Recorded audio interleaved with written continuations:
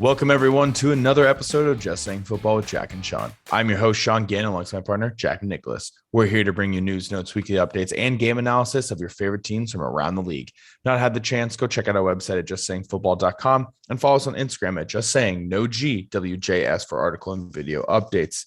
Jack, before we jump into the Saturday games, a little bit of COVID news. As everyone has been probably aware of, COVID in the NFL has been running rampant. It is just taking over. The Browns are getting hit pretty hard. The Bears are getting hit pretty hard. Every team, I believe, currently has a COVID case. There is not any team that doesn't have one right now. Over 120 players have contracted COVID this week.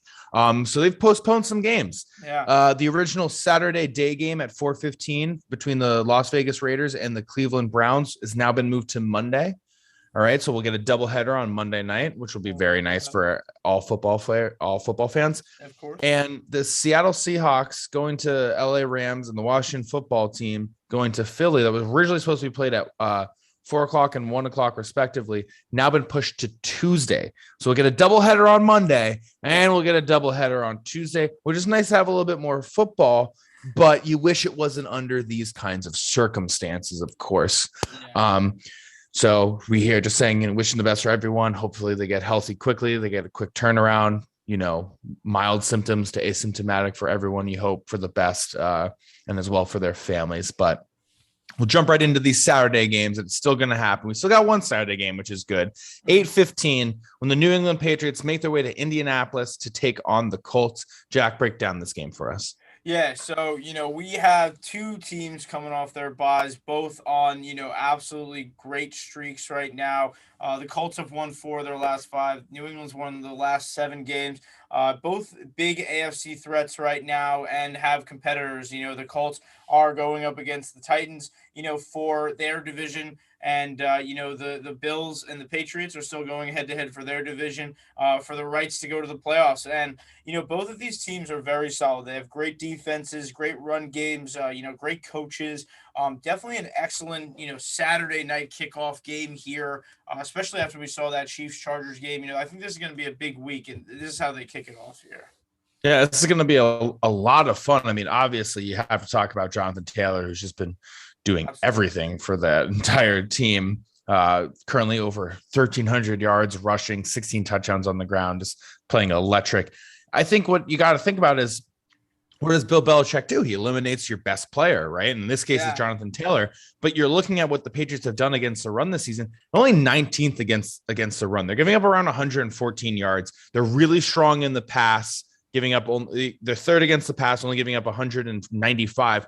When they're first in points per game, only giving up 15 points. This defense has been playing really well. It's a run defense that hasn't been solid. And we've talked about this time and time again. Jonathan Taylor right now is the best back in football, and he's behind one of the best offensive lines that you currently have in the NFL as well. There's been videos circulating of Quentin Nelson pancaking players and stuff like that in the game against Houston. That's been tons of fun to watch. So I'm looking at this. The Colts, I think, are really going to need to open up this playbook. They're going to be gunning after Jonathan Taylor. They're going to do everything they can to stop him. They might be able to. If there's a team to do it, it would be them. And when I say they're stopping him, he's only getting like 90 yards, which isn't still a bad game for any running back. So you got to expect Michael Pittman Jr. to step up in this one, T.Y. Hilton, obviously, to step up in this one and provide a passing outlet for Carson Wentz. Yeah, I mean, and Carson Wentz has actually, played a lot better than we had expected as he would in the first year in this offense, and especially with Jonathan Taylor's season that he's having. Again, one of the most incredible running back seasons we've seen in a while. With Wentz here, he used to be a guy that, he would have these excellent games, but he was still a clean player. But then you saw him have those games where he'd throw multiple interceptions or give up multiple fumbles. We saw that a little bit in that primetime 49ers game a little earlier this year. But what we're looking at here is he only has 5 interceptions on the season. And the Patriots, they are the top scoring defense right now. They're going to be looking, as you said, to take out Jonathan Taylor, but also to make Carson Wentz uncomfortable. I think that this defense, we've seen it all year. Matt Judon, rookie Christian Barmore, all these guys are really going after it. And, I'm very excited to see, how Carson Wentz translates that into a good game for Michael Pittman. We haven't seen him get 80 yards, since week 9. So this could be an excellent game, prime time for them to, make that connection we've seen a couple times this season. Yeah, I think you're absolutely right. You hope that you can find some sort of way to not give the ball to JC Jackson, who's currently Yeah. second right now in the NFL in interceptions with 7. It's Trayvon Diggs with 9, who's having a spectacular season when it comes to picking off opposing quarterbacks. So you definitely have to be aware of what the secondary can do and has done throughout the entire season. We saw them shut down Josh Allen and the Bills 2 weeks ago. They're going to face the Bills again next week in a huge matchup in New England, which is going to be a lot of fun. So obviously stay aware of that game. But yeah. This is a tough one. I really want to go with the Colts because of the Deflategate, and everything like that. And they're just this up and coming team now. They're getting young. They're really good. It feels like they should have beaten the Bills last year in the playoffs almost. Mm-hmm. But I just trust what Bill Belichick can do when it comes to scheming so much.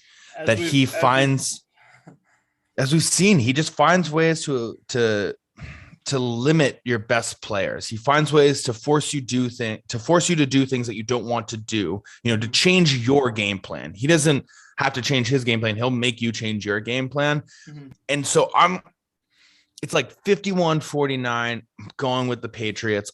It wouldn't surprise me if the Colts come out of this one with the win at all. They're playing at home. There's a lot at stake in the AFC South. There's a lot at stake just in the AFC in general when it comes to the playoffs. Jack and I were actually just talking about this before we jumped in. In the AFC, after the Chargers, who are 8-6, Colts are 7-6. They have an opportunity to jump up. Buffalo 7-6. They have an opportunity to jump up. Cleveland 7-6. They have an opportunity to jump up. Cincinnati 7-6 and have an opportunity to jump up. Denver is 7-6 and have an opportunity to jump up. You have a lot of teams currently at 7-6. And the best way right now, if you're the Colts, to get your way into the playoffs, win every single game, not even need to worry about it. So it wouldn't surprise me with the Colts playoffs implication at the line, the division on the line.